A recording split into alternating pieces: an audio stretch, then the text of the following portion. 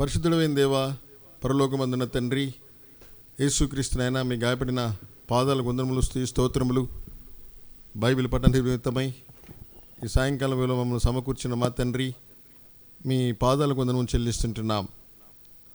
ప్రభువా మా తండ్రి, దాదాపుగా 10 నెలలు అలాగ కొనసాగింప చేస్తూ వస్తున్నారు. మా తండ్రి, మనసారా ఆరాధిస్తూ పూజిస్తుంటున్నాం.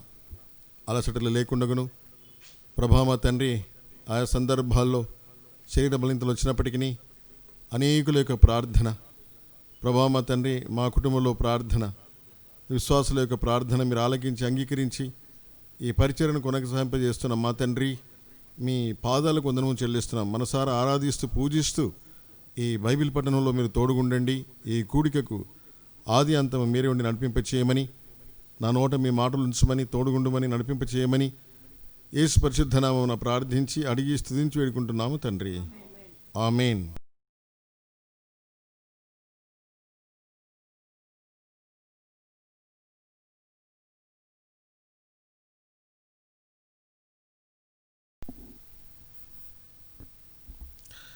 సీయోను గీతములు పాటల పుస్తకంలో నుండి పాట సంఖ్య 652, కొత్త పాటల పుస్తకంలో అది 552 పాత పాటల పుస్తకంలో నుండి, సీయోను గీతంలో పాత పాటల పుస్తకంలో నుండి 552, 652.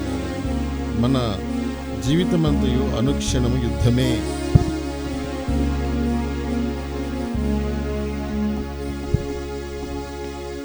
మన జీవితమంతయు అనుక్షణము యుద్ధమే. మన జీవితమంతయు అనుక్షణము యుద్ధమే. ఇది సిలువ మార్గము, మహిమ రాజ్యమందును. ఇది సిలువ మార్గము, మహిమ రాజ్యమందును. ఈ యాత్రలో ముందుకు సాగినా తోడ్పడి, యాత్రలో ముందుకు సాగిన తోడ్పడి, యేసుడే నడుపును మనలను. యేసుడే నడుపును మనలను. తన మార్గమునందున, తన మార్గమునందున మన జీవితమంతయు అనుక్షణము యుద్ధమే. మన జీవితమంతయు అనుక్షణము యుద్ధమే. ఇది సిలువ మార్గము, మహిమ రాజ్యమందును. ఇది సిలువ మార్గము, మహిమ రాజ్యమందును. ఆ సిలువ మార్గము ఎంతో ఇరుకైనది. ఆ సిలువ మార్గము ఎంతో ఇరుకైనది. క్రీస్తు క్రీస్తునే గురిగా నుంచిన, క్రీస్తునే గురిగా నుంచిన విజయము నిశ్చయము, విజయము నిశ్చయము. మన జీవితమంతయు అనుక్షణము యుద్ధమే, మన జీవితమంతయు అనుక్షణము యుద్ధమే. ఇది సిలువ మార్గము, మహిమ రాజ్యముందను. ఇది సిలువ మార్గము, మహిమ రాజ్యముందను. ఇహముందు శ్రమలు రానున్న మహిమలో, ఇహమందు శ్రమలు రానున్న మహిమలో ఎన్నదాగినవి కావుగా, ఎన్నదాగినవి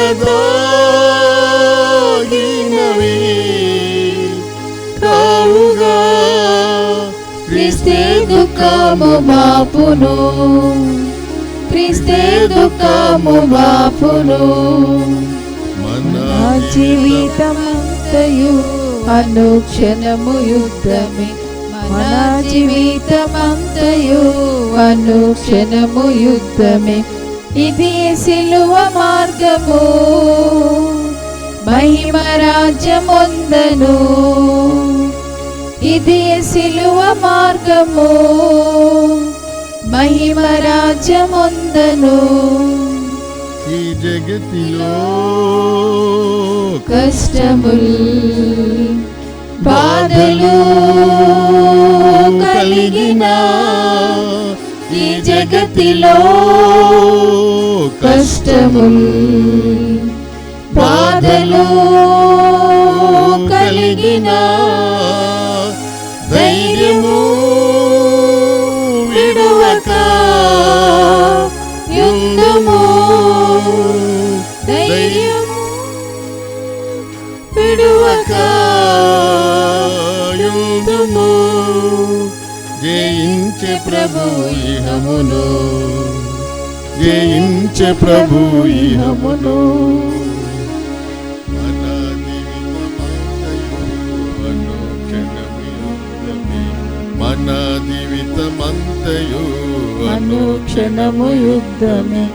ఇది సిలువ మార్గము, మహిమ రాజ్యముందను. ఇది సిలువ మార్గము, మహిమ రాజ్యముందను.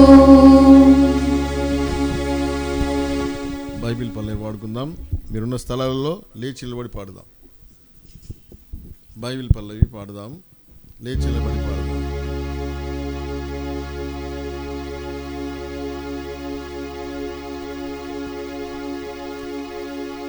పఠింప శ్రేష్ఠ గ్రంథము బైబిల్, పఠింప శ్రేష్ఠ గ్రంథము బైబిల్.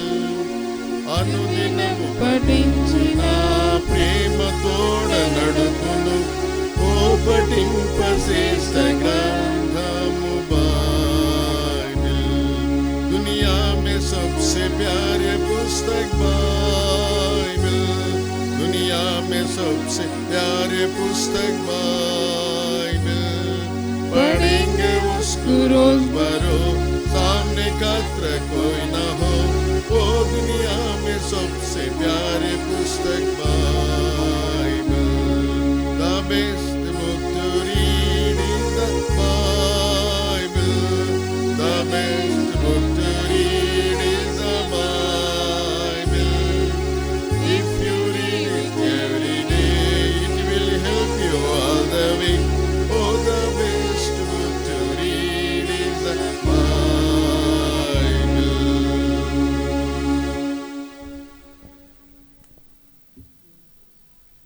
క్రైస్తవ జీవితం నిజంగా ఎలాంటిదో పాటలోనే విన్నాం మనం. ఈ క్రైస్తవ జీవితంలో ప్రతి క్షణం కూడా ఒక యుద్ధం లాంటిది.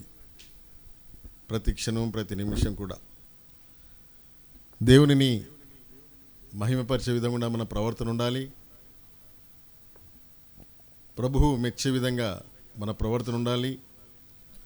ఆయనకి ఇష్టమైన జీవితం మనం గడుపుతూ రావాలి అని అంటే ప్రతి క్షణం యుద్ధమే. కానీ యాత్రా జీవితంలో నిజంగా ఈ బైబిల్ పఠనంలో మనం ఆలోచన చేస్తే ఏమేమి ఉన్నాయి మనకు అన్నదాని గురించి ఆలోచన చేస్తే బైబిల్లో ఈరోజు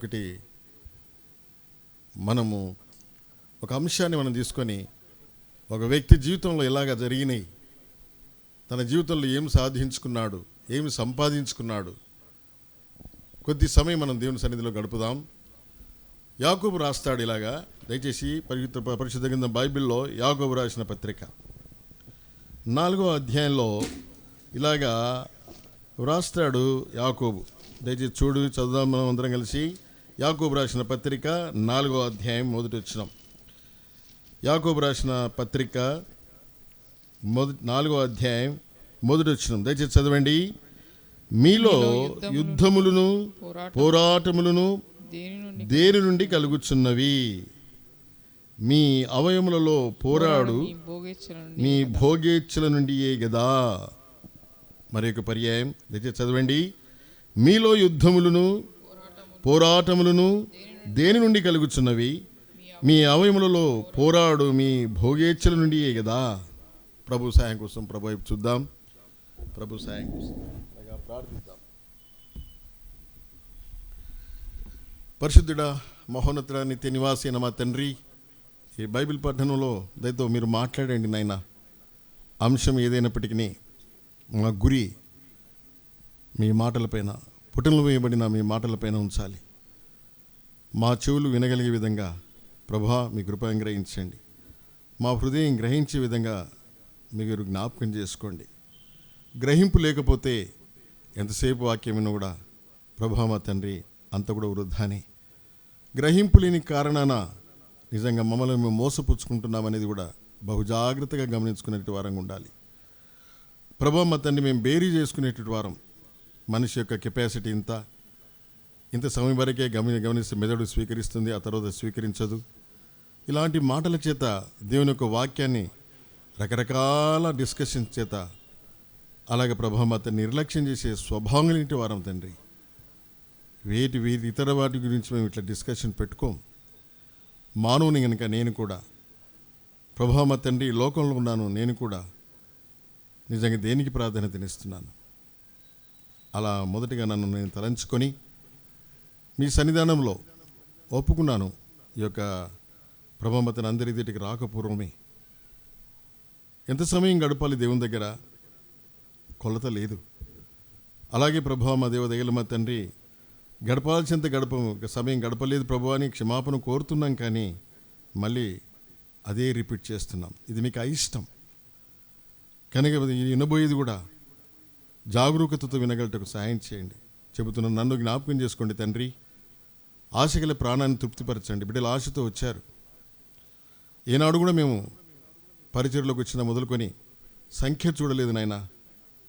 కనుకనే లేఖనాలను ఆధారం చేసుకొని మీరు ఏం చేశారు, మీరు మాదిరి మాకు ఉంచిపోయారు. దానిని బట్టి ఒకరున్నా ఇద్దరున్నా ముగ్గురున్న పరిచర్యని ప్రభా ఈ సమయంలో నేను ఇలా చెబుతున్నానని కాదు, కానీ మీరు చెప్పిస్తే నేను పలకగలుగుతాను.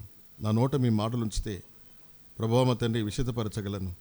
మీ దయగల మాటలు మీరే మాట్లాడమని, నన్ను సంపూర్ణంగా మీ వశం చేసుకోమని యేసు పరిశుద్ధ నామమున ప్రార్థించి అడిగి స్తుతించి వేడుకుంటున్నాము తండ్రి. ఆమెన్.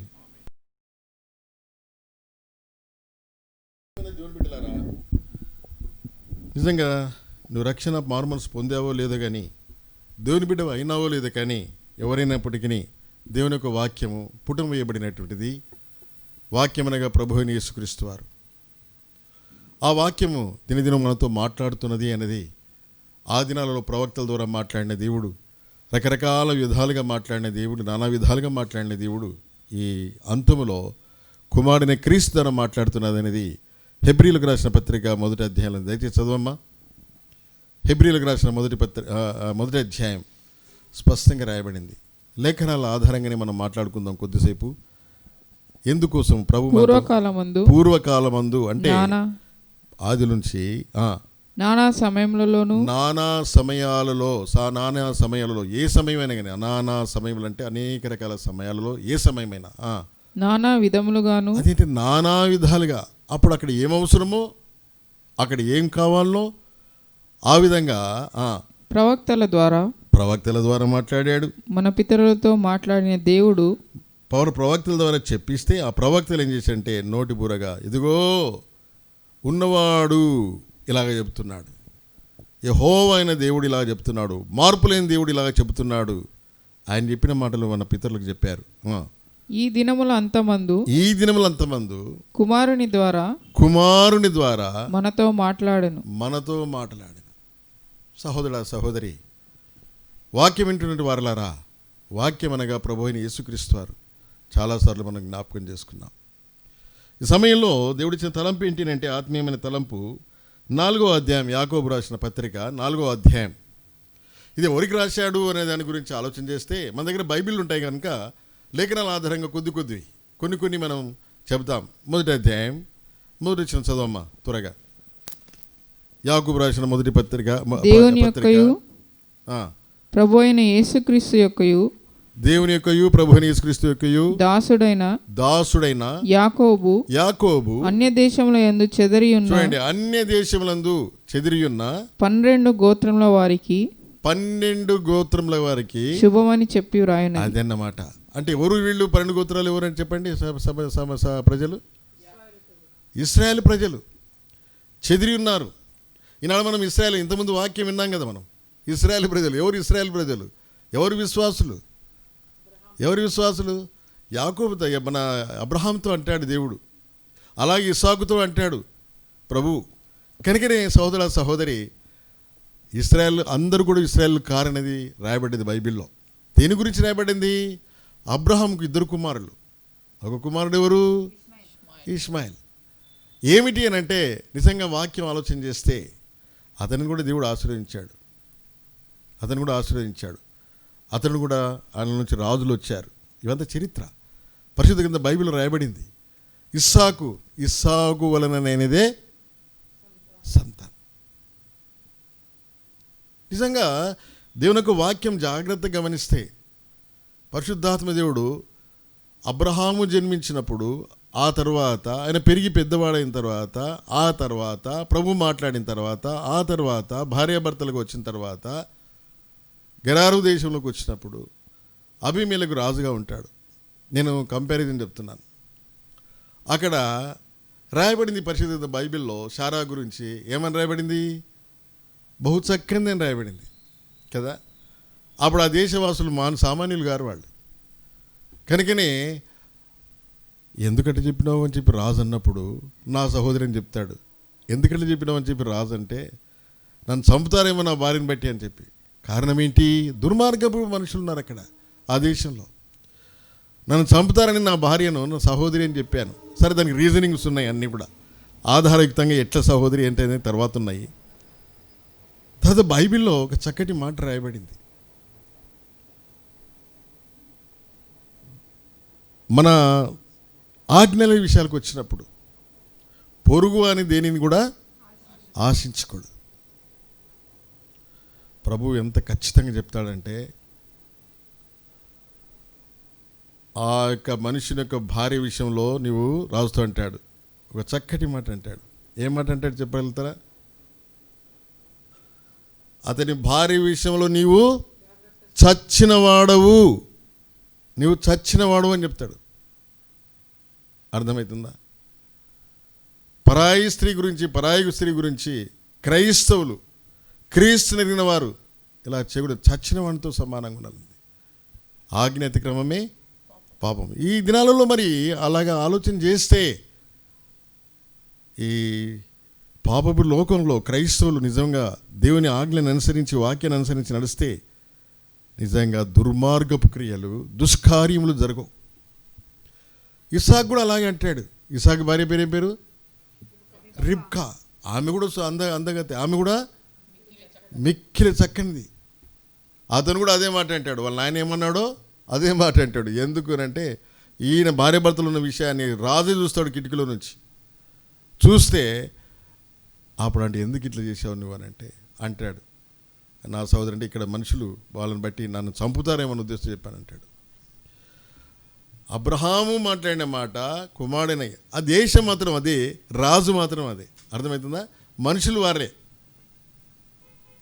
ప్రవర్తించిన తీరు అలాగా పాముల వల్ల వివేకంగా ఉండాల్సిన పరిస్థితులను అక్కడ ప్రభువైన యేసుక్రీస్తు వారు అనే దాని గురించి మనం ఆలోచన చేస్తే పాత నిబంధన గ్రంథంలో రాయబడిన విషయాలు క్రొత్త నిబంధన గ్రంథంలో ప్రభువైన యేసుక్రీస్తు వారు కుమారుడైన క్రీస్తుగా ఉన్నప్పుడు వాక్యమని నా ప్రభువు రుజువుగా మాట్లాడిన మాటల కోసం నీవు నేను కూడా పాముల వల్ల వివేకంగా ఉండి పౌరాల వలె నిష్కపటులై ఉండాలి. చదువుకున్న అంశం ఏంటి మనం అంటే దయచేసి చూడండి, 4వ అధ్యాయం 1వ వచనం చదవండి. మీలో యుద్ధములు. ఇవన్నీ ఎందుకు చెప్పానంటే దేవుని యొక్క వాక్యం రెండంచులు గల ఎటువంటి ఖడ్గంకైనా వాడి అనేటువంటిది. పాత నిబంధన గ్రంథంలో ఏమున్నాయి, కొత్త నిబంధనలో ఏమి తీసుకురాబడినాయి కొన్ని రోజులు చెప్పాను, 2-3 రోజులు చెప్పాను, 2-3 సార్లు చెప్పాను. ఆ తర్వాత ఫలించడి కొమ్మ విషయాలు కూడా చెప్పాను, ఫలం గురించి కూడా చెప్పాము, ఎలా ఫలిస్తామని కూడా చెప్పాము. అన్ని రకాలుగా చూస్తూ ఒకరొకరి క్యారెక్టర్ గురించి ఆలోచన చేస్తున్నాం. మరి మనకి ఎంతమంది జ్ఞాపకం ఉందో, రెగ్యులర్గా వినేవారైతేనేమి, అలాగా నేను కూడా మననం చేసుకున్నప్పుడు ఒక్కొక్క మాటను నా హృదయంలో అలా ఉంచుకున్నప్పుడే దేవుని యొక్క వాక్యము ప్రభువా మరి ఏం చెప్పాలి నేను అనుకున్నప్పుడు, దీంట్లో నేనేమి పెద్ద పండితునుగాను లేకపోతే మీకన్నా జ్ఞానం ఉంది అని నేను చెప్పలేను. కానీ ఒకటి ప్రభువా నేను ఏం చెప్పాలి అని అనుకున్నప్పుడు చదివిన వాక్యము, విన్న వాక్యాన్ని తీసుకొస్తాడు దేవుడి జ్ఞాపకానికి. అదే చెప్పబోతున్నాను నేను ఇప్పుడు. సహోదరి ఏమంటాడు యాకోబు? దయచేసి చదవండి. మీలో యుద్ధములను పోరాటములను. చూడండి, ప్రతి కుటుంబంలో ప్రతి విషయాలలో ఇవన్నీ ఉన్నాయి, యుద్ధములు ఉన్నాయి, పోరాటాలు ఉన్నాయి. ఈ యుద్ధములు, ఈ పోరాటములు మనం పాడుకున్న పాట అదే. యుద్ధములు పోరాటాలు ఉన్నాయి.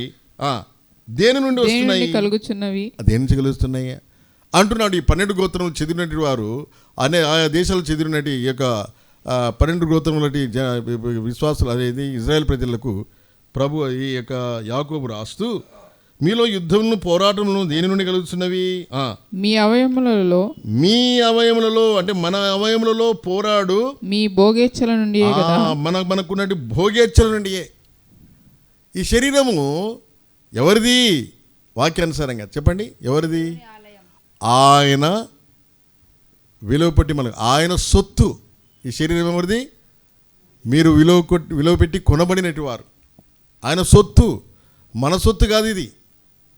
ఈ అవయములను నిజంగా పాపానికి ప్రేరేపితమైన పరిస్థితుల్లో మీరు చేస్తారా అంటే అపోస్తలుడైన పౌలు. ఇక రాయబడిన మాట ఏంటంటే భోగేచ్ఛల కోసం, శరీర కోరికల కోసం ఈనాడు యువత అయితేనేమి, వృద్ధులైతేనేమి భయంకరమైన పరిస్థితుల్లో జీవించే జీవన విధానంలో వస్తున్న దాన్ని బట్టి దేని నుంచి జరుగుతుంది చెప్పండి? ఎప్పుడో రాయబడినటువంటి గ్రంథంలో ఈనాడు కూడా జరుగుతున్నాయనంటే నిన్న నేడు నిరంతరం ఏకరీతిగా ఉన్న దేవుడు. అర్థమైందండి? కనుకనే అన్నీ జరిగినాయి, జరగబోతున్నవి కూడా, జరగబోయేవి కూడా రాయబడింది. కనుక ఏంటి అని అంటే మొన్నటి విషయం చెప్పగలుగుతాం, నిన్నటి విషయం చెప్పగలుగుతాం, ఒక క్షణం ముందు ఏం జరుగుతుందో చెప్పగలుగుతాం, మరుక్షణం ఏం జరుగుతుందో మనము చెప్పలేం. కనుక భోగేచ్ఛ నిమిత్తమే ఏమున్నాయి మనకు? యుద్ధములు, పోరాటాలు కలుగుతున్నాయి. మరి నీ జీవితంలో, నా జీవితంలో ఏమేమి పోరాటాలు జరుగుతున్నాయి? అది యుద్ధములా అంటే బాంబులు వేసుకోవడం కాదు, ఒకటి భర్జన అయిపోతుంటుంది. మనసులో ఒకటి ఉంటుంది, ఒక యుద్ధం చేసినట్టు అయిపోతుంటుంది. శరీర కోరికలు ఒకదానికొకటి, మనసేమో వద్దంటుంది, కళ్ళేమో కావాలంటాయి. ఏమండి? కళ్ళేమో వద్దంటుంటే చూడొద్దబ్బా అంటుంటే చూస్తే ఏం లే అని చెప్పి అంటుంటుంది. పోరాటం ఇది, శరీర అవయవాల చేత పోరాటంగా ఉంటున్నది. అర్థమవుతుందండి? అప్పుడు కొత్తగా ఇక్కడ 1990వ సంవత్సరం వచ్చినప్పుడు, గద్వాలకు 90వ సంవత్సరం వచ్చినప్పుడు, అంటే సెప్టెంబర్ అక్టోబర్లో ఇక్కడ మా ఆఫీసెస్ అన్నీ కూడా జూరాల ప్రాజెక్టులో కన్వర్షన్ అయిపోయినాయి. భీమా ప్రాజెక్టు మహబూబ్నగర్లో నుంచి వచ్చి ఇక్కడ కన్వర్షన్ అయిపోయింది. వచ్చినప్పుడు బ్యాంక్ వెళ్తున్నప్పుడు పోతే ఇట్లా చూసేవాడిని. బ్యాంక్ వెళ్ళిన తర్వాత ఇట్లా చూసేవాడిని. ఎక్కడ చూస్తుంటే అక్కడ పోస్టర్స్ ఉంటున్నాయి. ఆడిపోతేనే టక్కున ఇట్లా పోతుంటే ఇట్లా లెఫ్ట్ సైడ్ ఉంటాయి అవి, అక్కడ చూస్తుంటే. ఇప్పుడు చూస్తానా చూడబుద్ధి కాదు. అప్పుడు ఏమంటుండే, ఆడికి వస్తేనే అది మైండ్ చూసి ఆడికి వస్తేనే అట్లా అవుతుండే అన్నమాట మైండ్. అంతే ఈ పోరాటం. ఇప్పుడేంటి, చూడకూడదు, అవునబ్బా చూడకూడదు, కనుక దేవుని ఆజ్ఞను మీరకూడదు, అల్లరితో కూడినటువంటి విషయాలు ఉంది. చెడు కనుక నేను బైబిల్లో స్పష్టంగా ఉంది, చెడు వినవద్దు, చెడు కనవద్దు, చెడు మాట్లాడవద్దు. అవే విషయాలు లోకంలో పాపులర్ అయిపోయినాయి. ఎవరు మాట్లాడింది ఎవరన్నది నేను చెప్పాను కానీ అందరికీ తెలుసు. కానీ బైబిల్ ఆ మాటలు ఉన్నాయి. సహోదర సహోదరి, అలా 3 కోతులున్నా ఎవరున్నా కూడా ఆ మనుషులపైన మనంలో ఆలోచన చేస్తే అబ్బా వద్దునైనా ఈ మాటలు వినబడకూడదు అంటాం. ఆడేదానికంటే వద్దబ్బా చూడకూడదు అంటాడు కదా. అవ్వా ఆ మాటలు మాట్లాడకూడదు. ఇలాంటి పరిస్థితుల్లోకి వచ్చేసాము. కనుక పోరాటంలో యుద్ధంలో ఎట్లా కొలుస్తున్నాయి మనకు అని అంటే ఏంటిది, మన భోగేచ్ఛల నుంచి అది దూరపరచుకోవాలని చెప్పి ఇక యాకోబు రాస్తున్నాడు. 12 గోత్రంలో చెదిరినట్టు వారు ఇశ్రాయేలు పేరు ఈనాడు నీకును నాకు రాయబడ్డాయి. అయితే అపోస్తలుడైన పౌలు తన జీవితంలో పోరాటాల గురించి చెప్తున్నాడు. ఒక విషయం ఏంటంటే, అంశం ఏంటి నాది అంటే విశ్వాసపు పోరాటం. ఏం చెప్పండి, విశ్వాసపు పోరాటం. పోరాటాలు ఉన్నాయి. నేను దేనికోసం పోరాటాలి? ఆ పోరాటంలో విజయం వస్తే, విజయం కలిగితే ఏముంటుంది, ఆ విజయానికి ఫలితం ఏంటి? పోరాటాలు వచ్చినప్పుడు ఎలా ఉండాలి, ఆ పోరాటాలను ఎలా అధిగమించాలి, ఎందుకోసం పోరాటం చేశాడు ఆయన? పోరాటం ఎవరు చేశారు? అపోస్తలుడైన పౌలు చేశాడు. ప్రభుచితమైతే అపోస్తలుడైన పౌలు క్రైస్తవునిగా కాకపోవడం, అంటే క్రీస్తుని ఎరగకపోవడం, మనస్సు మార్చబడి క్రీస్తుగా అయిన తర్వాత దాని సారాంశం మనం ప్రభుచితమైతే చూద్దాం. ఇప్పుడు మాత్రము పోరాటాల గురించి, విశ్వాసపు పోరాటం. ఈ విశ్వాస పోరాటములు ఎక్కడి నుంచి వస్తాయి అనేదానికి మొట్టమొదటిగా దయచేసి కొరింథీయులకు రాసిన 2వ పత్రిక 7వ అధ్యాయం 5వ వచనంలో ఇలాగ రాయబడింది. దయచేసి చదవమ్మా. మేము మాసిదోనియాకు వచ్చినప్పుడు మా శరీరము ఏమాత్రం విశ్రాంతి పొందలేదు. ఇటు పోయినను మాకు శ్రమ కలిగెను. ఆ శరీర విషయంలో వాళ్ళకు ఏమాత్రం విశ్రాంతి లేదు. అదొక పోరాటమే. విశ్రాంతి లేదు. ఎటు పోయినను మాకు శ్రమయే కలిగేను. వాళ్ళకి శ్రమనే కలిగిందంట. అది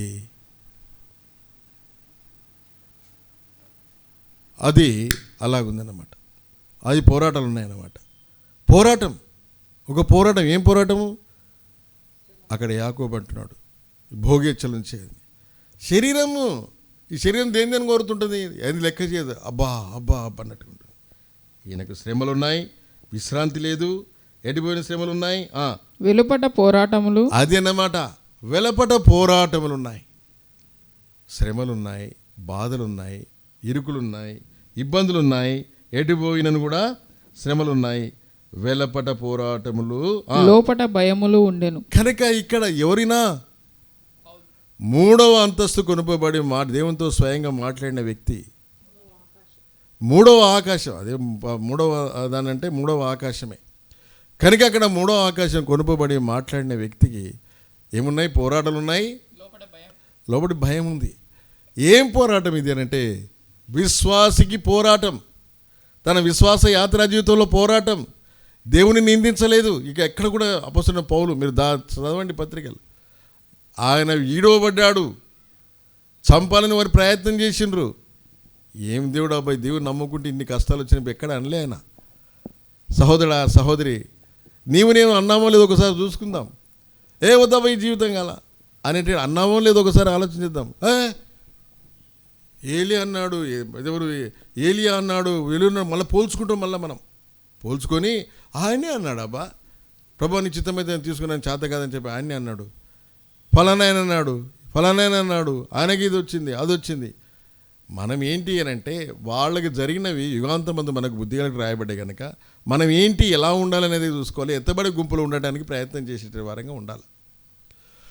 ఈ యొక్క అపోస్తలుడైన పౌలు తన జీవితంలో శ్రమలున్నాయి, పోరాటాలు ఉన్నాయి, కానీ తాను ఆదరించబడినట్టు వాడిగా ఉన్నాడు. దయగల దేవుడు అనే మాట మాట్లాడతాడు ఈయన.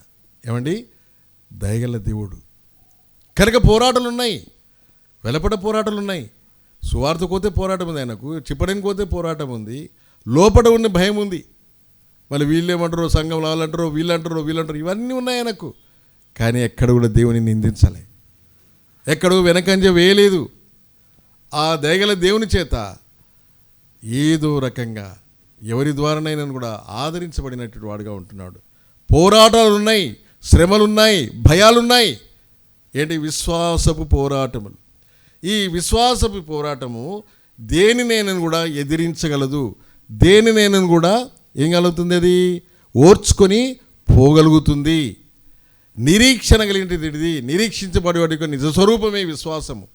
ఈ విశ్వాసపు యాత్రా జీవితంలో కనుక ఏంటంటే ఎన్ని రకాల శ్రమలు వచ్చినా, భయాలు వచ్చినా, తర్వాత విశ్రాంతి లేకపోయినా ఆ విశ్వాసపు పోరాట విషయంలో వెనకంజ వేసేవాడు కాడు అపోస్తలుడైన పౌలు.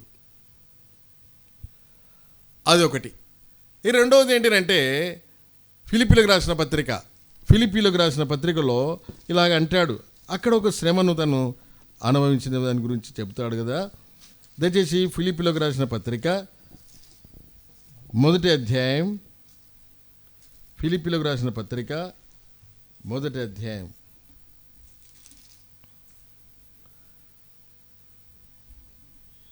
ఇక్కడ కూడా పోరాటం గురించి చెప్తున్నాడు. దయచేసి 27-28 చదవమ్మా. నేను వచ్చి మిమ్మును చూచినను రాకపోయినను మీరు ఏ విషయంలోనూ ఎదిరించు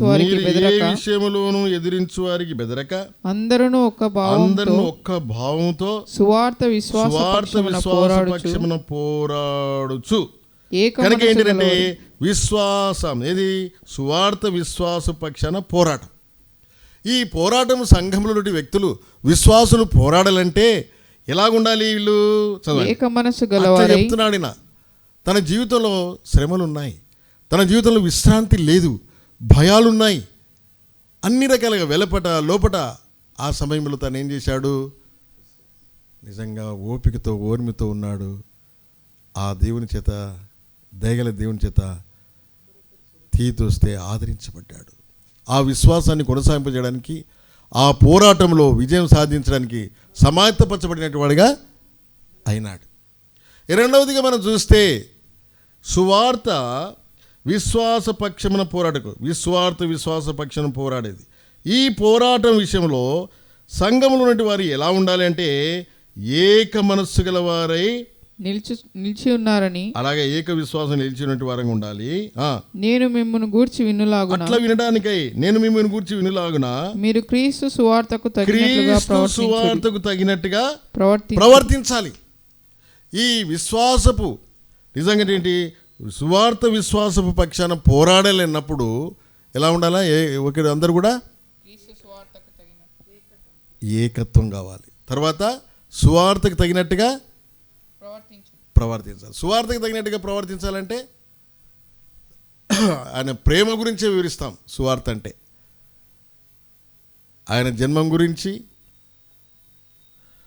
ఆయన శ్రమల గురించి, ఆయన మరణం గురించి, ఆయన పునరుత్థానం గురించి, ఆయన ఆరోహణమైన గురించి, ప్రేమను గురించి, ప్రేమ ఉంది అని ప్రేమ సువార్తను మనం చెప్తాం. ఆ ప్రేమా సువార్తను ప్రకటిస్తుంటే, నేనే మైకి తీసుకొని ప్రకటిస్తుంటే, ఈ దినాలలో సువార్త చెప్పడానికి వీలు లేకపోతుంది. కానీ వెలపట 93 నుంచి నేను సువార్తలో పాల్గొన్నాం. 74వ సంవత్సరంలో సైకిళ్ళ పైన మేము సువార్త చేశాం. ఇంకా కొంతమంది ఉన్నారు క్రిస్టియన్పల్లిలో. కనుక ఆ దినాలు చేస్తూ వచ్చాం. కానీ ఏమిటి అని అంటే ఆ సువార్త ఎట్లయితే మనం ప్రకటిస్తున్నామో ఈ అంశాలుగా దానికి తగినట్టుగా మన ప్రవర్తన ఉండాలి. అట్లా చేయడానికే సువార్త విశ్వాసపు పోరాటం. ఆ సువార్త విశ్వాసపు పోరాటం మొదటిది ఏంటి వెలపట లోపట శ్రమ లేక భయము ఆందోళన ఉన్నట్టు ఆ పోరాటంలో, ఆ విశ్వాసపు పోరాటంలో విజయం సాధించడానికి దేవుని దగ్గర ఆయన దయ పొందిన వాడిగా ఉన్నాడు, ఆదరించబడినటువంటి వాడిగా ఉన్నాడు. అదే విషయంలో ఇక్కడ ఈ సంఘంలో చెప్పడానికి అక్కడ ఆదరణ పొందిన ఈయన, అక్కడ దేవుని దయగల మాటల చేత ఓడింపబడిన ఆయన ఆ మంచి పోరాడుతూ, అంటే దాని అర్థం ఏంటి అంటే విశ్వాస పోరాటం ప్రారంభమైనప్పుడు నిజంగా ఇక్కడ కూడా వీళ్ళకి ఏం చెప్తున్నారంటే ఏక మనస్సు ఏక భావం కలిగిన వారిగా ఉండాలి. ఈ విశ్వాసపు సువార్త ప్రకటించాలి అంటే ఆ సువార్త తగినట్టుగా ప్రవర్తించాలి. సహోదర సహోదరి, అలా ఉన్నారా? అలాగ ప్రవర్తిస్తున్నామా? మనం సువార్త తగినట్టుగా నడుస్తున్నామా? ఆ సువార్త శుభ సమాచారం ఏంటంటే ప్రభు అయిన యేసుక్రీస్తు వారిని మాదిరిగా మనం ఉంచుకొని పోతున్నామా ముందుకు అనేది ఆలోచన. ఈ సువార్త విశ్వాసపు పోరాటము నీ యాత్రా జీవితంలో నిజంగా ఏంటంట అలా ముందుకెళ్తూ పోయేటటువంటి వారంగా ఉండాలి. సరే, ఒక ఆయన నిన్న దైవసేవకుడి దగ్గర కూర్చొని మాట్లాడుతున్నప్పుడు దైవసేవకుడు ఒక విషయం చెప్పాడు. ఒక దైవసేవకుడు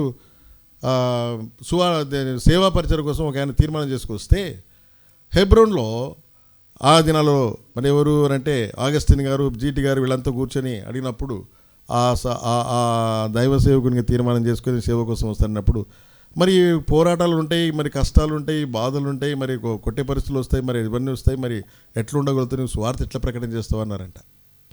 ఆయనను ఐజక్ అన్న, ఆయన పేరు ఐజక్ అన్న, ఆయనను అడిగారంట. అడిగితే ఆ దైవ సేవకుని అడిగితే, సేవకు సమర్పించుకుని అడిగితే, నాకు టైలరింగ్ వస్తుందన్నా, టైలరింగ్ వస్తే సువార్త ప్రకటన ద్వారాలు మోయబడితే ఎక్కడ చేస్తే టైలరింగ్ చేస్తుంటా కదా, టైలరింగ్ చేస్తున్నప్పుడు అందరూ వస్తారు కదా, అప్పుడు ప్రభువుకు సువార్త చెప్పేస్తా నేను. అంటే ఏదో రకంగా విశ్వాసపు పోరాటం అనే దాని గురించి ఆపకుండగా పోరాడుతూనే ఉంటాను అనేటువంటి విషయం చెప్పాడంట. నిన్న డిస్కషన్లో మేము మాట్లాడుతున్నప్పుడు వచ్చిన సందర్భం. కనుక ఇక్కడ ఏంటంటే ఈ విశ్వాసాలకు చెప్తున్నాడు అపోస్తలుడైన పౌలు. వెలపట పోరాటాలు చూస్తున్నాడు ఆయన. విశ్రాంతి లేదు, భయం ఉంది, లోపల భయం ఉంది, ఇవన్నీ ఉన్నాయి. అలాగా జీవితం గుండా వచ్చినట్టే ఆయన తన అనుభవాలు వచ్చిన ఆయన సంఘంలో చెప్తున్నాడు. ఫిలిప్పీ రాసిన పత్రికలో ఫిలిప్పీ సంఘానికి చెప్తున్నాడు. ఈనాడు నీకు నాకు చెప్తున్నాడు, సువార్త విశ్వాసపు పోరాటంలో ఏక మనసు ఉండాలి. ప్లానింగ్ గీనింగ్ కాదు, అక్కడ ఏక మనసు రావాలి. వాక్యం ఉంటేనే ఏక మనసు వస్తుంది. యేసు ప్రభుని చూస్తేనే ఏక మనసు వస్తుంది, లేకపోతే రాదు. ప్రభుని కలిగి ఉంటేనే ఏక మనసు వస్తుంది. నాకైనా కూడా, మీకైనా, ఎవరికైనా కూడా. శరీరం వచ్చినప్పుడు, శరీరం పొడజూపునికి వచ్చినప్పుడు అబ్బా జాగ్రత్తగా చట్ అని తీసి పడేసేస్తాం శరీరాన్ని. వద్దు, ఇది నీకు కాదు, ఇది మనం తగ్గించుకోవాలి, తగ్గించుకోవాలా. సహోదర సహోదరి, అట్లా సువార్తకు తగినట్లుగా ప్రవర్తించుడి. అట్లు మీరు బెదరకుండుట వారికి నాశనమును. ఎవరైతే విరోధం కలిగి దానికి చేయాలని చెప్పి వస్తారో, ఎంత చాలా ఉంది అది. వాటికి ఎవరంటే వారికి నాశనమును, మీకు రక్షణయును కలుగుటకు సూచన ఉన్నది. ఇది దేవుని వలన కలుగునది. అలాగే ఎప్పుడైతే ఈ సువార్త విశ్వాసపు పోరాటంలో ఏక మనసుతో ఉండి సువార్తకు తగినట్టుగా నీ ప్రవర్తనట్లయితే నిజంగా నీకేమొస్తుంది? రక్షణ వస్తుంది. ఈ రక్షణని ఇతరులు చూస్తారు. ఎలా ఉండగలుగుతున్నారు వీరు, ఎలాగే పోరాడుతున్నారు, ఈ సువార్త విశ్వాసపు పోరాటంలో ఏక మనసు కలిగి ఎలా ఉంటున్నారు, అలాగుననే సువార్తకు తగినట్టుగా ఎలాగ నడుస్తున్నారంటే ఈ రక్షణ ఎలా వస్తుంది? దేవుని వలననే వస్తుంది. ఎప్పుడైతే నువ్వు ప్రభువును ఇష్టపడే రీతిని నడుస్తున్నావో దేవుడు సహాయం చేసేవాడుగా ఉంటాడు. ఇదండి ఒక పోరాటం. ఈ పోరాట విషయంలో ఇంకొక మాట అంటాడు, 29వ వచనం చదవండి. ఏలైనగా మీరు నా యందు చూసినట్టు. అదేండి సంఘంలో చెప్తున్నాడు, మీరు నా యందు. ఈనాడు సేవకులు కానీ, పెద్దలు కానీ, వాక్యం చెప్పేవారు కానీ, సాక్ష్యం కలిగిన వారుగా ఉన్నట్లయితే ఏమంటాము? మీరు నా యందు చూచినట్టు, నా యందున్నదని మీరు ఇప్పుడు వినుచున్నది బట్టి పోరాటం మీకు కలిగి ఉన్నందున క్రీస్తునందు విశ్వాసము మాత్రమే గాక ఆయన పక్షమున శ్రమపడుటయు ఆయన పక్షమున మీకు అనుగ్రహింపబడెను. అది దేవుని ద్వారా అనుగ్రహింపబడను. సహోదర సహోదరి, రెండవది ఏమిటి? మనము సువార్త విశ్వాసపు పోరాటం. ఏక మనసు ఉండాలి, సంఘంలో సహోదరత్వంలో ఉండాలి. సహోదరుల ఐక్యత వర్ధిల్లేటట్టుగా ఉండాలి. ఎంత మనోహరం అది, సువాసన అది. అలాగా దావీదు మహారాజు అనే మాట యాత్రా కీర్తన అది రాయబడింది కీర్తనల గ్రంథంలో. సహోదర సహోదరి గమనిస్తాం. రెండవదిగా కనుకనే అలాగనే మూడవదిగా మనం చూద్దాం. ఏమిటి అని అంటే కొలస్సీలకు రాసిన పత్రిక మొదటి అధ్యాయం, కొలస్సీలకు రాసిన పత్రిక మొదటి అధ్యాయం 29 వచనం చదవమ్మా. అందు నిమిత్తము నాలో బలముగా కార్యసిద్ధి కలుగజేయ అనే క్రియాశక్తిని బట్టి నేను పోరాడుచు ప్రయాసపడుచున్నాను. చాలు. రెండోది ఇంకో మూడోది ఏంటంటే 28 వచ్చింది చదవమ్మా. ప్రతి మనుష్యుని క్రీస్తునందు సంపూర్ణంగా చేసి ఆయన ఎదుట నిలవబెట్టవాలని. చూడండి, ప్రతి మనుషుని క్రీస్తునందు సంపూర్ణంగా చేయాలనేది ఒకటి.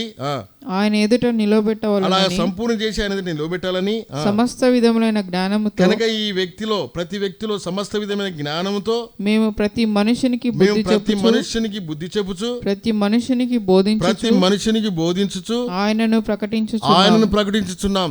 కారణం ఏంటంటే ప్రతి మనిషికి నాలుగు విధాలమైన ఆశీర్వాదకరమైన విషయాలు.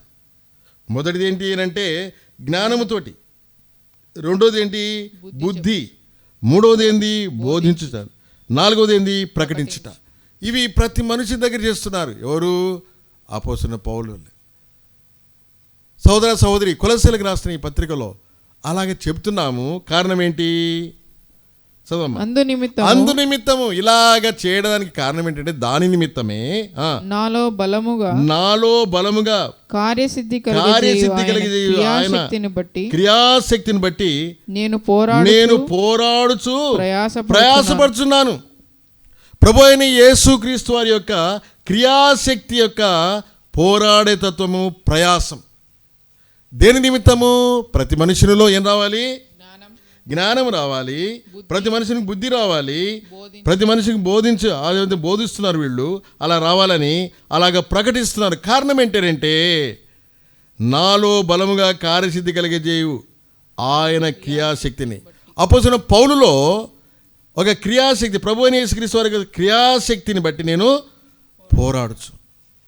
ప్రయాసపడుచున్నాను. అలాగేనమాట క్రియాశక్తి, పోరాటం, ఆ ప్రభువైన యేసుక్రీస్తు వారి యొక్క క్రియాశక్తిని బట్టి పోరాటము. ఏం చెప్పండి? ప్రభువైన యేసుక్రీస్తుని బట్టి క్రియాశక్తి, పోరాటం. ఈయన పొందుకుంటున్నాడు, ప్రయాసపడుతున్నాడు. సహోదర సహోదరి, సంఘంలో నువ్వు విశ్వాసమైనా, వాక్యం చెప్పేవారైనా, సేవకులైనా, పెద్దలైనా, ఎవరైనా కూడా ఏంటంటే ఆయన యొక్క క్రియాశక్తిని బట్టి పోరాడాలి మనం. ఆయన క్రియాశక్తిని బట్టి. సహోదర సహోదరి, అలాంటి స్థితిగతులు నీవు ఉన్నావా? ఉండడానికి ప్రయత్నం చేయాలి. కనుక పోరాటాలు ఉన్నాయి, ప్రపంచంలో పోరాటాలు ఉన్నాయి. యాకోబు అన్నట్టుగా పోరాటాలు ఉన్నాయి. మన యొక్క శరీర భోగేచ్ఛలను బట్టి యుద్ధములు, పోరాటాలు. ఆ పోరాటాలు కాదు ఈ పోరాటం అనేది. అట్లా కాకుండా ఈయన ఏం చేశాడు? ఒక మాట జ్ఞాపకం చేసుకుందాం. దయచేసి 4వ అధ్యాయం, కొరింథీయులకు రాసిన 2వ పత్రిక 4వ అధ్యాయం. అట్లా కావడానికి, ఈ క్రియాశక్తిని పొందుకోవడానికి తన ఏం చేశాడు అని అంటే ఆ భోగేచ్ఛల నిమిత్తం కాకుండా, ఆ పోరాటం కాకుండా ఈయన పోరాటం కోసము తన శరీరాన్ని ఏం చేసుకున్నాడు? 4వ అధ్యాయం, కొరింథీయులకు రాసిన 2వ పత్రిక 4వ అధ్యాయం 17వ వచనం చదవండి.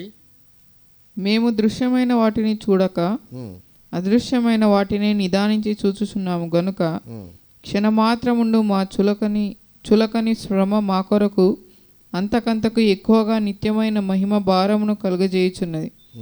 ఏలయనగా దృశ్యమైనవి అనిత్యములు, అదృశ్యమైనవి నిత్యములు. కనుకనే ఇదే కొరింథీయులకు రాసిన పత్రికలోని మళ్ళీ అంటాడు, తన శరీరాన్ని నలగొట్టుకున్నటువంటి వాడుగా ఉంటున్నాడు. దేనికోసం నలగొట్టుకుంటున్నాడు అంటే ఈ శరీర భోగేచ్ఛల గురించి కాదైనా ఆయన పోరాటం, ఆయన యుద్ధం దాని గురించి కాదైనా. ప్రతివాడు బుద్ధిగా జ్ఞానం తెచ్చుకోవాలి, యేసుక్రీస్తు వారికి జ్ఞానం తెచ్చుకునే వారుగా కావాలి. నిజంగా ఎందుకోసం నేను బోధిస్తున్నాను వారికి అంటే, ప్రతి వాడు కూడా ఏం కావాలంట, ఆ ప్రకటించబడేటి సువార్త విషయంలో కానీ, ఆ బోధపడే విషయంలో ప్రతి వాడిలో బుద్ధి రావాలి, జ్ఞానం రావాలి. ఆ దానికోసం ఏం చేస్తున్నాను నేను, ఆయన అంటే ప్రభు అయిన యేసుక్రీస్తు వారి క్రియాశక్తిని బట్టి పోరాడుతున్నాను. ఆయన క్రియాశక్తి యొక్క పోరాటము తనలో ఆ పరలోక రాజ్యం లాంటిది, అది నిత్యములు, ఈ భూమిని కనిపేది అనిత్యములు. ఇవన్నీ కూడా ఈ దృశ్యమైనటువంటి అనిత్యములు కాలిపోతాయి, ఇవన్నీ వచ్చేటి కాలిపోతాయి. అప్పుడు వారి నీటితో అయిపోయింది, ఇప్పుడు కాలిపోతాయి. సోదరుల ఎంత చక్కగా చెప్తున్నాడో చూడండి పోరాటాల గురించి అపోస్తలుడైన పౌలు. కనుక ఇప్పుడు మనం గమనించుదాం. మొదట ఆయన వెలపట పోరాటములు, ఆయనకి శ్రమలు ఉన్నాయి, బాధలు ఉన్నాయి, భయాలు ఉన్నాయి. ఆ వెలపట పోరాటము ఆయన పోరాడుతూ వస్తున్నాడు. ప్రభు దగ్గర ఆయన ఏం చేస్తున్నాడంటే ఆదరించబడుతున్నాడు. అట్టి ఆదరణ చేత ఇక్కడికి వచ్చి ఏం చెప్తున్నాడు, సంఘంలో మీరు ఇలా ఉండాలి. స్వార్థ విశ్వాసపు పోరాటం, ఆ పోరాటం ఇలా చేయాలని చెప్తున్నాడు. ఆ తర్వాత ఏంటంటే ఆయన క్రియాశక్తిని బట్టి పోరాటం. సహోదర సహోదరి, ఆయన చేసే కార్యాలు నీవు నేను చేయడానికి నిజంగా మనం సన్నద్ధపడి దేవుని బిడ్డలంగా దేవుని దగ్గర అడుక్కొని సువార్తకు తగినట్టుగా మన ప్రవర్తన ఉండాలి. చెప్పే విషయాలలో బుద్ధి జ్ఞానం రావడానికి చెప్పాలి మనం, కానీ ఈ లోక సంబంధమైన కాక్యమ్మ కథలు చెప్పుకొని దేవుని యొక్క వాక్యం గురించి అని కాదు, ఎంతమంది గ్యాదర్ అవుతున్నారని కాదు, ఎంత మటుకు కానుకలు వస్తున్నాయని కాదు మనం చూసేది. దేవుని యొక్క వాక్యానుసారంగా భక్సింగ్ గారికి, దైవసేవకుడికి భక్సింగ్ గారికి ఇచ్చిన దర్శనం ఏంటంటే ప్రతివాడు ఆరాధించే స్థితిలోకి రావాలి, ప్రతివాడు కూడా ఆత్మీయమైన ఉన్నతమైన స్థానం రావాలి, ప్రతివాడు కూడా సంఘాల భేదాలు కాదు కానీ ఎత్తబడే సంఘంలో ఆ యొక్క గుంపులోకి రావాలి. తూర్పు పడమర ఉత్తర దక్షిణ నుంచి ఆ దినమున ప్రభువైన యేసుక్రీస్తు వచ్చిన దినమున దేవుని యొక్క దూతలు సమకూరుస్తారు. ఆ గుంపులో నీవు నేను వ్యక్తిగతము, ఎత్తబడేది వ్యక్తిగతము, సంఘం కాదు. ఆ సంఘంలో ఎత్తబడే సంఘంలో నలుదిక్కుల నుంచి చేర్చబడతారు. ఇది చాలా ప్రాముఖ్యమైన విషయం. కనుక సిద్ధాంతపరమైన ఈ భేదాలు పక్కకెట్టేసేసి ఆత్మీయంగా నేను నిజంగా ఉన్నతమైన స్థానంలోకి వచ్చానా లేదని పరీక్ష చేసుకోవాలి. నాలో పోరాటాలు ఉన్నాయి, ఏ పోరాటం ఉంది? యుద్ధాలు ఉన్నాయి, ఏమి యుద్ధాలు ఉన్నాయి? నీ శరీరంలో ఉన్నటి భోగేచ్ఛల కోసం. కన్ను అంటున్నది పొదం పద అంటుంది, కాళ్ళు కూడా దానికి శరీరం సహకరిస్తున్నాయి, హృదయం సహకరిస్తుంది. ఏమండి, హృదయం అంటే మనస్సు. ఆ సహకరించినప్పుడు దుష్టుని ప్రేరణ వలన ఇవన్నీ జరుగుతూ వస్తాయి. నిజంగా నీ మనసాక్షి సాక్షి అన్నప్పుడు, దేవుని యొక్క వాక్యం మన హృదయంలో ఉన్నప్పుడు నిన్ను నువ్వు విమర్శ చేసుకుంటావు అంటే దాని అర్థం ఏంటి అని అంటే నీలో పాపము లేదనేది నిజంగా నీవు ఎరగవా అంటాడు. కొరింథీయులకు రాసిన 2వ పత్రికలో చివరి అధ్యాయంలో అలాగ అంటాడు. నిన్ను పరీక్ష చేసుకుంటే ఏముంటుంది దాంట్లో? భ్రష్టత్వం ఉందని హృదయంలో, లేకపోతే దేవుని ప్రేమ కలిగినటువంటి వాడుగా ఉన్నావా, దేవుని అర్హునేటువంటి పాత్ర హృదయం నీకు ఉన్నదా లేదని తెలుస్తుంది. మనం నిజంగా రక్షింపబడిన వ్యక్తికి పాపం అంటే ఏదో తెలుస్తుంది, పాపం చేయబోతున్నా తెలుస్తుంది. దాన్ని ఆపుకోలే శక్తి, నిగ్రహ శక్తి కావాలి. ఆయన క్రియాశక్తిని బట్టి విశ్వాసం ఆ పోరాటంలో, ఆ విశ్వాసపు పోరాటంలో మనం ఉండేటటువంటి వారంగా ఉండాలి. అదే విషయం దయచేసి చూడండి. మనం చూస్తే ఇక్కడ రాయబడిన మాట ప్రకారంగా అందునిమిత్తము చదవమ్మా 29వ వచనం కొలస్సీయులకు రాసినది. అందునిమిత్తము నాలో బలముగా కార్యసిద్ధి కలుగజేయు ఆయన క్రియాశక్తిని బట్టి నేను పోరాడుచు ప్రయాసపడుచున్నాను. కనుక నేను సహోదరి తాను అన్నిటి విషయంలో తాను దేవుని బిడ్డగా ఎలాగున్నాడనేది తెలియపరుస్తూ వస్తున్నాడు. తిమోతికి రాస్తూ ఇంకొక పోరాట విషయంలో అంటాడు. దయచేసి చూడండి, తిమోతికి రాసిన మొదటి పత్రిక 6వ అధ్యాయం 12 వచ్చిన చదవమ్మా. విశ్వాస సంబంధమైన మంచి పోరాటం పోరాడము. విశ్వాస సంబంధమైన మంచి పోరాటము ఏంటంటే చెప్పండి, ఏ పోరాటం ఇది? మంచి పోరాటం. ఏ మంచి పోరాటము? విశ్వాస సంబంధమైందే. విశ్వాసము లేకపోతే దేవునికి ఇష్టమైనట అసాధ్యము. విశ్వాసం కావాలి. విశ్వాసాన్ని కర్త ప్రభువైన యేసుక్రీస్తు వారు, దాన్ని కొనసాగింపజేసేవారు ప్రభువైన యేసుక్రీస్తు వారు. ఈజీగా మాట్లాడుతున్నాం మనం. విశ్వాసం నీలో ఉందా? కనుక నీ విశ్వాసం గురించి ఆలోచన చేస్తే ఏమొస్తుంది? నమ్మకం వస్తుంది. ఆ నమ్మకం ద్వారా ఏమంటే నీతిమంతంగా నువ్వు తీర్చబడతావు. మన పితరుడైన అబ్రహాం అలాగే తీర్చబడ్డాడు. ఆ నమ్మకం ప్రభువుని యేసునందు ఉంచాలి. ప్రభా, నా పాపల కొరకు ఈ లోకానికి వచ్చావు, నేను నమ్ముతున్నాను ప్రభా, నీ రక్తంలో పాప క్షమాపణ ఉంది, నా కోసమే చిందించావు నా రక్తం, అది నేను విశ్వసిస్తున్నాను, నా పాపములు కడిగి పరిశుద్ధంగా చేయి, పరిశుద్ధురాలుగా చేయంటే తప్పనిసరిగా దినమేలా చేతులు దాచిన ప్రభు ఇప్పుడు కూడా నిన్ను రక్షిస్తాడు, నీకు పాప క్షమాపణ కలగజేస్తాడు. ఏ పోరాటం? విశ్వాస పోరాటం. అది మంచి పోరాటం. అది విశ్వాస పోరాటం ఎలాంటిది? మంచి పోరాటం. మంచి పోరాటము నిత్య జీవమును చేపట్టము. నిత్య జీవను, నిత్య సత్యమైన దేవుని ప్రభు అయిన నిత్య జీవను చేపట్టము. దాని పొందుటకు నీవు పిలువబడి అనేక సాక్షుల ఎదుట మంచి ఒప్పుకోలు ఒప్పుకుంటివి. నువ్వు దేనికోసం పిలువబడ్డావు? ఈ సహోదర సహోదరి సాయంకాలం వేళలో దానిని బట్టి నువ్వు పిలువబడిన దాని ప్రకారం అనేక సాక్షుల ఎదుట మంచి ఒప్పుకోలు ఒప్పుకున్న నీవు ఈ మంచి పోరాటాన్ని, అంటే విశ్వాస సంబంధమైన పోరాటాన్ని నువ్వు కొనసాగించాలి, ఆపకూడదు. శరీర భోగత్యాల కోసం కాదు నీ పోరాటములు, యుద్ధం దానికోసం కాదు. అది ఎలాంటి పరిస్థితి వచ్చినప్పటికీ సాతాను ఎదిరించే దుర్గములు పడగొట్టే శక్తి ఆయుధములు ప్రభు అయిన యేసుక్రీస్తు వారు ఇచ్చారు. మా యుద్ధోపకరణములు ఏమిటంటే అది దుర్గమును పడగొట్టజాలనంత ఉన్నాయి. సోదర సహోదరి, ఒకసారి ఆలోచన చేద్దాం. మంచి పోరాటం, మంచి పోరాటమును పోరాడుము యేసుకై, మంచి పోరాటమును పోరాడుము యేసుకై. కనుకనే విజయ జీవితం, మంచి విశ్వాస పోరాటం అయితే విజయ జీవితం మనకు వస్తుంది. కనుకనే సహోదర సహోదరి, విశ్వాస సంబంధమైన పోరాటం మనం పోరాడాల్సిన వారంగా ఉంటున్నాం. ఇదే తిమోతికి రాసిన 2వ పత్రికలో 2వ అధ్యాయంలో మనం చూద్దాం. త్వరగా ముగించుకునే ప్రయత్నం చేద్దాం. దయచేసి చూడండి, ఈ పోరాటం ఏ పోరాటం అని అంటే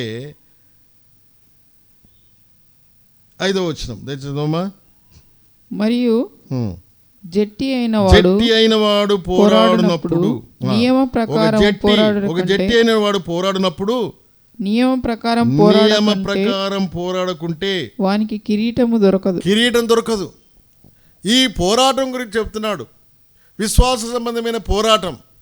ఈ పోరాటం మంచి ఒప్పుకున్నావు సహోదర సహోదరి, నిజంగా సంఘం మీద ఒప్పుకున్నావు. నీ జీవితంలో నియమం ప్రకారంగా, ప్రభు యొక్క నియమము, నీ కట్టడాల నియమం ప్రకారంగా నేను లోబడుతూ నడుస్తున్నా అని చెప్పగలిగే పరిస్థితులు ఉన్నావా? అన్నాడు ఒప్పుకున్నావు, వాస్తవమే. ఇప్పుడు ఎలా ఉన్నావు? ఆయన నియమములను కట్టబడి ఉన్నావా? నువ్వు ఆయన నియమములు పాటిస్తున్నావా? నియమం ప్రకారంగా పోరాడకపోతే జట్టివాడు ఏ కిరీటం దొరకదు? చెప్పండి, రాబడిన మాట ప్రకారం కిరీటం దొరకదు. కనుకనే ఏ పోరాడాలి? ఇప్పుడు నియమ ప్రకారము పోరాడాలి. నియమం ప్రకారం పోరాడాలి. ఎవరైనా జట్టి అయిన వాడు. జట్టి ఎవరు? ఒక మంచి సైనికుడు, ఒక జట్టి, లేకపోతే ఒక పందెంలో నియమాలు ఉంటాయి. ఆ నియమాల ప్రకారంగా 2వ అధ్యాయంలో 2వ పత్రికలో మనం చూస్తున్నాం. అపోస్తలుడైన పౌలు రాసిన పత్రిక తిమోతికి రాస్తున్నాడు 2వ పత్రికలో 2వ అధ్యాయంలో 5వ వచనం చూస్తున్నాం. జట్టి అయినాడు పోరాడినప్పుడు నియమ ప్రకారం పోరాడకుంటే వానికి కిరీటం దొరకదు. సోదర సహోదరి, నీవు జీవితంలో, నా జీవితంలో, యాత్రా జీవితంలో ఏం చేయాలి? మనము నియమం ప్రకారంగా పోరాడాలి. ఒక జట్టిగా ఉండాలి, ఒక సైనికుడిగా ఉండాలి, ఒక మంచి ఆటగాడిగా ఉండాలి. నువ్వు నియమాలు పాటిస్తూ ముందుకెళ్ళే వారంగా ఉండాలి. నియమం ప్రకారము ఏం చేయాలి? మనము పోరాడాలి. అట్లా నియమం జట్టి, ఓ క్రైస్తవుడా, ఓ విశ్వాసి, నియమం ప్రకారంగా నువ్వు పోరాడినట్లయితే నీకేమొస్తుంది? కిరీటం దొరుకుతుంది. అపోస్తలుడైన పౌలు అంటాడు. కనుకనే నేను మన జీవితంలో ఆయన నియమాలు పెట్టాడు. ఆయన శాసనాలు ఉన్నాయి, ఆయన కట్టడాలు ఉన్నాయి. దాని ప్రకారంగా నడుస్తున్నామా లేదా? ఆజ్ఞాతిక్రమమే పాపం. సహోదర సహోదరి, మంచి ఒప్పుకున్నాడు. నువ్వు మంచి ఒప్పుకున్నావు, నేను కూడా మంచి ఒప్పుకున్నాను. ఎట్లా ఉంది మన జీవితం? ఈ యొక్క సాయంకాల సమయంలో ఈ బైబిల్ పఠనంలో సహోదర సహోదరి ఒక మంచి తీర్మానంలోకి రావద్దాం. కనుకనే ఎన్ని శ్రమలు ఉన్నప్పటికీ, ఎన్ని బాధలు ఉన్నప్పటికీ, వెలపడ్డ పోరాటాలు ఉన్నప్పటికీ దేవుడు నన్ను ధైర్యపరుస్తాడు, దేవుడు నన్ను కాపాడుతాడు, ధైర్య మాటల చేత ఆదరిస్తాడనే ఉద్దేశం లేని వాడై తాను ఏమీ బాధపడకుండా భయాల కోసం, శ్రమల కోసం నెమ్మది లేని పరిస్థితి ఉన్నప్పటికీ ఆయన ఏం చేశాడు? వెలపటి పోరాటాలకు దేనికి కూడా భయపడకుండా ధైర్యంగా ఉన్నట్టువాడుగా ఉంటున్నాడు. అవునా కదండి? ఈ పోరాటం మన జీవిత యాత్రలో శరీరపరమైన భోగిచ్చల కోసం కాదు మన పోరాటాలు, ఆయుధముల కోసం కాదు, దానికోసం కాదు మనం ఉన్నది. కనుకనే ఏమి దేనికోసం మనం తన జీవితంలో ఏం సాధించుకున్నాడు? అలాగా అపోస్తలుడైన పౌలు ఇదే కొరింథీయులకు రాసిన 2వ పత్రిక, అది క్షమించండి, తిమోతికి రాసిన 2వ పత్రికలోని 4వ అధ్యాయంలో మనం చూస్తాం. దయచేసి చూడండి, 4వ అధ్యాయంలో అంటాడు ఆయన. దయచేసి చదవమ్మా 6వ వచనము, 4వ అధ్యాయం 6వ వచనం త్వరగా. నేనిప్పుడే పానార్పణముగా పోయబడుచున్నాను, నేను వెడలిపోవు కాలం సమీపమై ఉన్నది. చూడండి, నేను సంపూర్ణంగా సమర్పించుకుంటున్నాను, నేను చనిపోయే కాలం సమీపమైనది. మంచి పోరాటం పోరాడి తిని, నా పరుగు కడముట్టించి తిని, విశ్వాసమును కాపాడుకొంటిని. ఏ పోరాటం పోరాడినా? మంచి పోరాటము. ఈ మంచి పోరాటంలో తను తిమోతికి రాస్తున్నప్పుడు ఇక్కడ కూడా ఏం చెప్పాడు? మంచి పోరాటమే. ఆ మంచి పోరాటం ఏంటిది? నియమం ప్రకారంగా మనం పోరాడాలి. ప్రభు యొక్క చిత్తానుసారంగా విశ్వాసయుతంగా మనము పోరాడేటట్టు విశ్వాసపక్షపు పోరాటం. కనుకనే ఈ విశ్వాసపు పోరాటము అపోస్తలుడైన పౌలు జీవితంలో తను ఏం పొందుకున్నాడో చెప్తున్నాడు. కనుకనే సహోదరి, నీ జీవితంలో నా జీవితంలో ఏంది? తను వెడలిపోయే సమయంలో చివరి వరకు, ఒక రోజుతో అయిపోదండి ఇది. ఎంతవరకు? ఈ లోకంలో జీవించినంత కాలం, ప్రభు రాకడ సమీపమైతే, త్వరగైతే ఈ యాత్రా జీవితంలో విశ్వాసాన్ని కాపాడుకోవాలి, ఫెయిత్ని కాపాడుకోవాలి, ప్రభు పైన నమ్మకం ఉంచాలి. ఎన్ని శ్రమలు వచ్చినా, ఎన్ని బాధలు వచ్చినా, ఎన్ని ఇరుకులు వచ్చినా, ఇబ్బందులు వచ్చినా, నిజంగా ఈ విశ్వాసపు పోరాటాన్ని నిజంగా కడలి వరకు మనం కొనసాగిస్తే ఏమి దొరుకుతుంది అంటే, ఆయన కాపాడుకున్నాడు. మంచి పోరాటం పోరాడాడంట. ఆయన పరుగు తను కడముట్టించాడు, విశ్వాసం కాపాడుకున్నాడు. కనుక ఇక మీదట నా కొరకు నీతి కిరీటము. ఏం చెప్పండి? నీతి కిరీటం. ఆయనకు నీతి కిరీటం ఉందంట. మరి నీకు నాకేంటి? చదవమ్మా.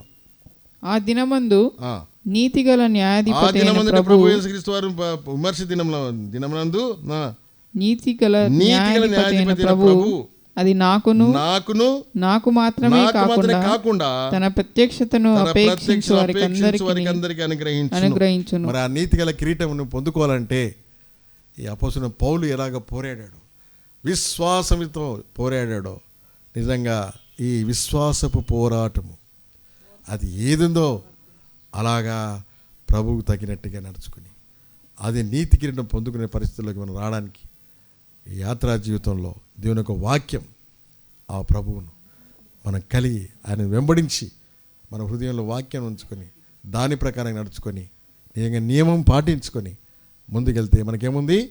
నీతి కిరీటం ఉంది. ఆయనకు మాత్రం కాదు, నీకును నాకుంది. మరి దానికోసం మనం ఎల్లప్పుడూ ఆ వైపు మన గురి ఎక్కడ? ఆ విశ్వాసానికి అర్థ అయిన ప్రభు అయిన యేసు వైపు చూస్తూ మన యాత్రా జీవితంలో ముందుకెళ్ళేటట్టు వారంగా ఉండాలి. శరీరపరమైన పోరాటములు కాదు, భోగెచ్చలు వచ్చినట్టు యుద్ధములు కాదు, ఈ భోగెచ్చలు వచ్చే శరీర పోరాటాలు కాదు. ఈ పోరాటాలు కలిగి ఉన్నట్లయితే ఆ అపోస్తలుడైన పౌలు చెప్పిన పోరాటాలు తన జీవితంలో ఎలాగా సత్ఫలితం ఇచ్చిందో, నీతి కిరీటం నీవు నేను పొందుకోవడానికి ఆ ప్రభు వైపు చూచి ఈ యొక్క ఈయనలో కనుగొన్నది మనం కూడా చేపట్టుకొని ముందుకెళ్ళడానికి ప్రభు మనకు సాయం చేయను గాక. ప్రార్థన చేస్తాం.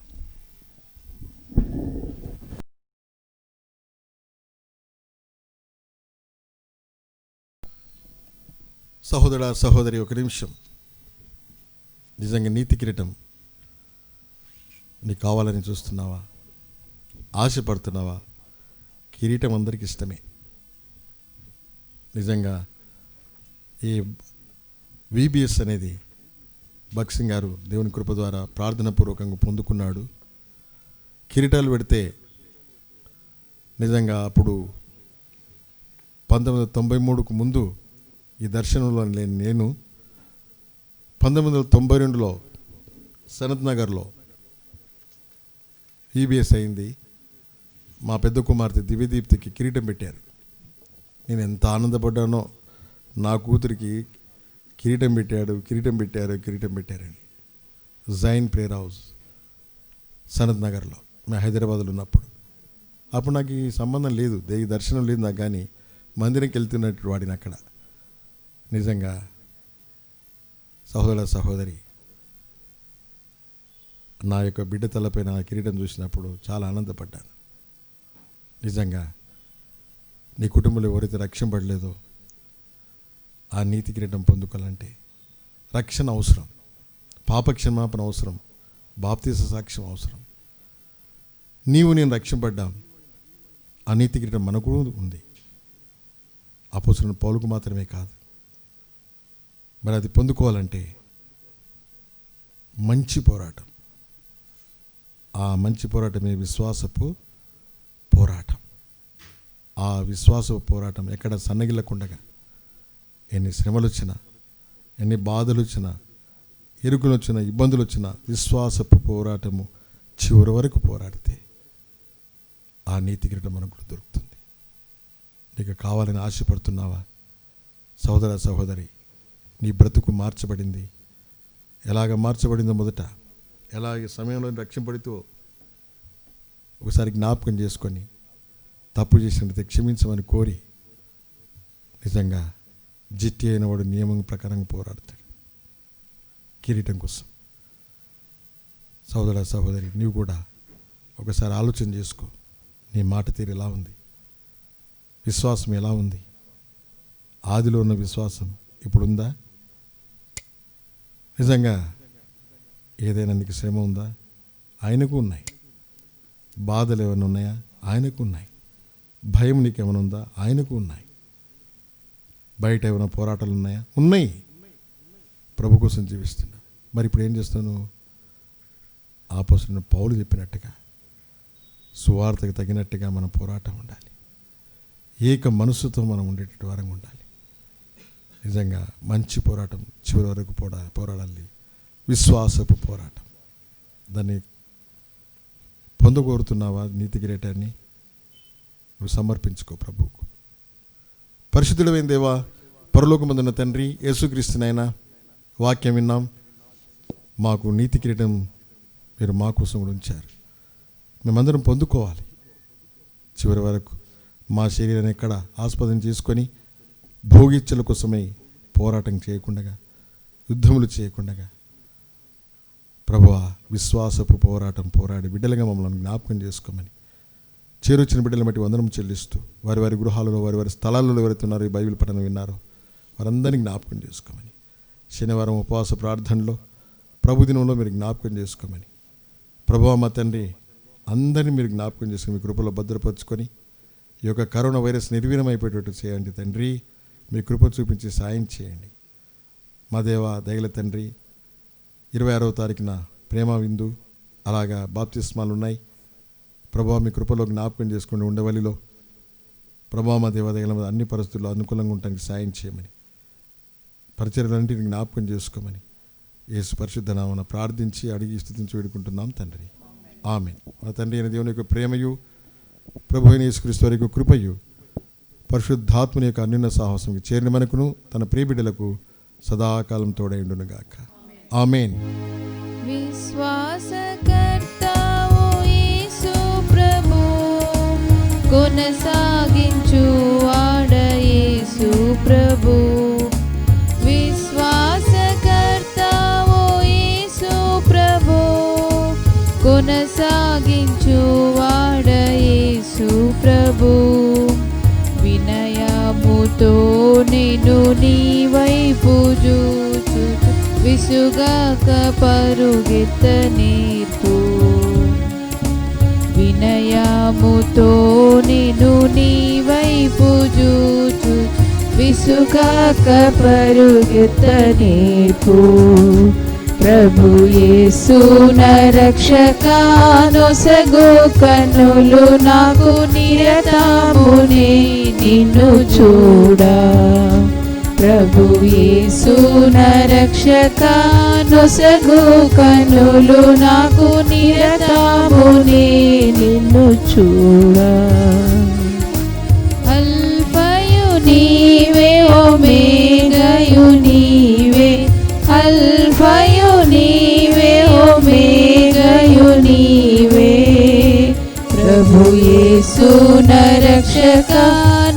నొసగు కన్నులు నాకు నిరతమునే నిన్ను చూడ. ప్రభు యేసు నా రక్షక నొసగు కన్నులు నాకు నిరతమునే నిన్ను చూడ.